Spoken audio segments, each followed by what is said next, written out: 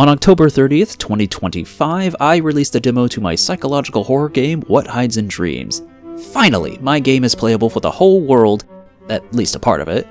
Nobody has to hear me just talk about it now. They can go experience for themselves the stuff I ramble about. Incidentally, go check out the demo if you haven't already. I think you'll like it. In the time since then, I've had a chance to take in a lot of feedback, be they from Steam reviews, YouTube comments, and even little-known Let's Players. I've also been watching various stats like wishlist numbers and the median time played to better understand if anything I'm doing is working. A lot of information for my smooth brain to take in, but I've learned a lot from all this data. Specifically, that my demo has issues. Some pretty severe too. So let's talk about those. My name is Lance, aka Infinite Level, and I've released a demo to my psychological horror game, What Hides in Dreams, where death leaves scars. Let's talk about what I learned from that demo. Now, before we get all negative, not everything concerning the demo release was bad. For starters, on the day the demo released, I got the most wish lists of any individual day thus far. Heck, it was more than I generally get in a week. I had gotten 20 new wish lists by the end of the demo's first 24 hours. Now, I'm not saying those numbers secure my financial future, God no. Those are still rookie numbers and a long way away from the thousands that you should ideally have by the time your game releases. God, I suck at marketing, but this is a step in the right direction.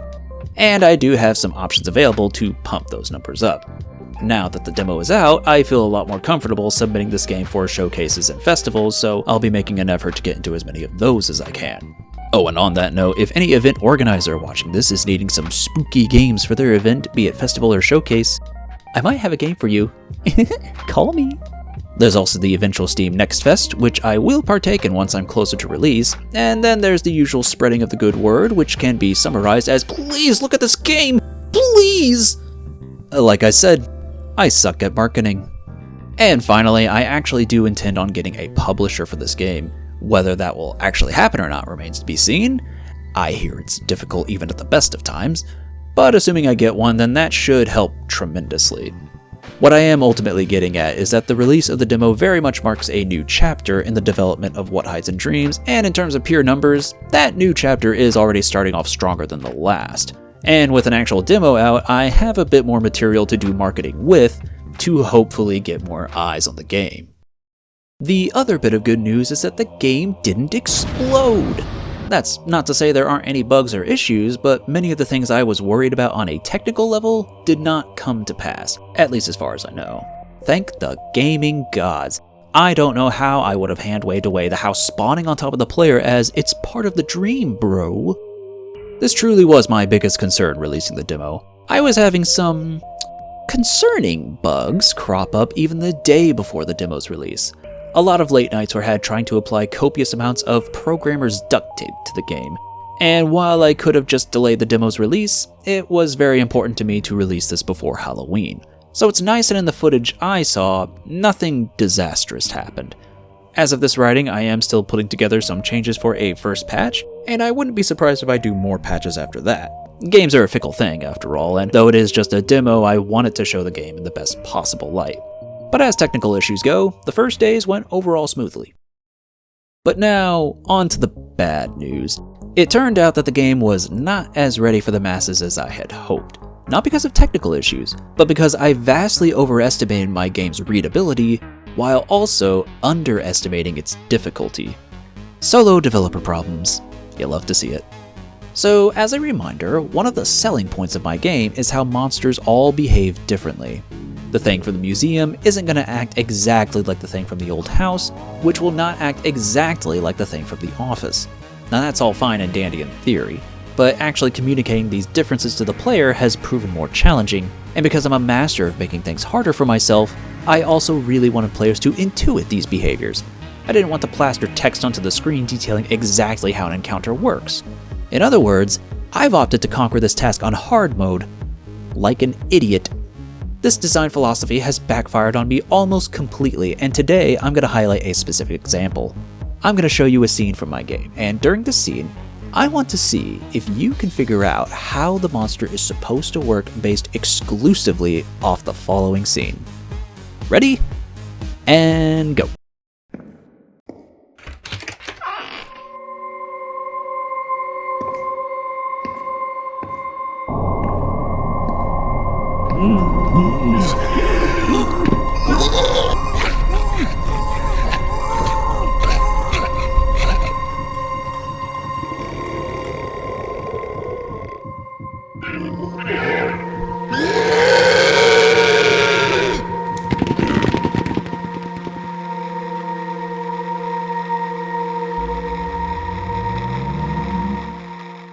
Alright, so I'll give you a second to think about that.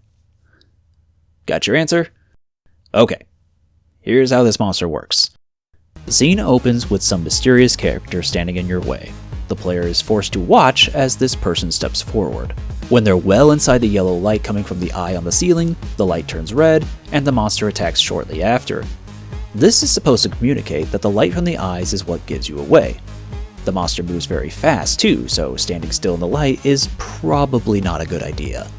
Monster feasts on his victim, then appears to look at the player before running off somewhere, which is supposed to communicate that the monster doesn't actually see the player. So in a nutshell, step into the light of the eyes on the ceiling, and your liver will soon belong to the monster. That is how it finds you. So, how close were you? If you just realized that you were way off, well, don't feel bad, because so was everyone else. Nobody, and I actually mean nobody, understood this part. Every bit of footage I saw had the same outcome. This scene would play, and then players would walk directly into the very light I just tried to explain would kill them. No hesitation. Now, let me tell you about a rule game designers abide by.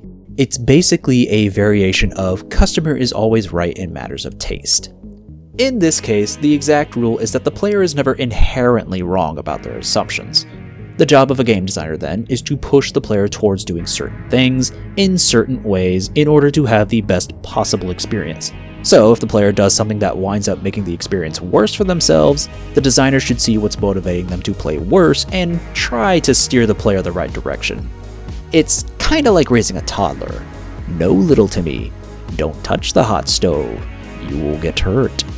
Older games, such as what you might find on the NES, would usually teach players the optimal way to experience the game by simply killing them. These days, however, we game designers try to be a bit more forgiving. With some exceptions, we generally don't want you to get frustrated. So we help you out where we can, ideally without it being too heavy-handed. So that's what we're supposed to do, and if we fail to do that, then we simply pick ourselves up by our bootstraps and go back to the drawing board, which I am going to do. But if it's okay with you, I'm gonna break game developer code a bit. I want to vent. Will you let me vent? Yes? Okay, thanks, bestie. Okay, but seriously, I really feel like I spelled it out for y'all, and somehow nobody, not a single soul understood this scene at all. How? Literally how can I make it clear? Guy steps into the light flashes red, and red usually means danger, and then the monster proceeds to chew on the dude's face. Guys, it's basically traffic light logic. Yellow is yield, red means no! Like, come on. I really don't think this is moon logic. What, do I need to do the Dead Space thing and say how the monster works every other minute? Well, I guess I will, but I just know someone is going to complain about it being hand-holding, and when they do, I'm going to point them to all this footage and stare at them until they squirm. This is why we have to spell things out for gamers everywhere. It's your fault for not reading my mind. Okay, got that out of my system. Thank you. Know that you are loved. Just don't be weird about it. Back to problems with game design then, and this one I can't blame the player for. The game is just too hard. It's too unclear where you're supposed to go, some items are too hard to find, and some monsters are simply too good at catching you. I was attempting to design the game so that players would clear at least a couple levels in the demo in a given run. Ideally, you'd get a balance of escapes, monster kills, and player deaths, but instead, everyone was dying in every level. I actually have not seen someone clear a level yet. Now, there's a silver lining here. I think I've done a solid job of making it clear that death is a part of the game. It's in the catchy tagline, death leaves scars. So thanks to that, I think players have been more okay with dying in-game than what might normally be tolerable. Still, the difficulty needs to be addressed. I do think some of the issues with dying too much directly correlates to the problem of nobody understanding the monster's unique mechanics, so by addressing that, I should also help alleviate some difficulty. As for finding items, well, that gets interesting. My items are semi-randomly placed, which I did to make it easier to have a variety of escapes, monster deaths, and player deaths across multiple playthroughs. I designate spawn points where an item can appear, and then the game decides which of those spawn points to place the item in. The problem is, that means I have to design levels around the idea that any one of those spots could hold an item. Some spawn points are easier to miss than others, so I somehow have to encourage the player to check all the right places or somehow focus in on a specific randomized spot.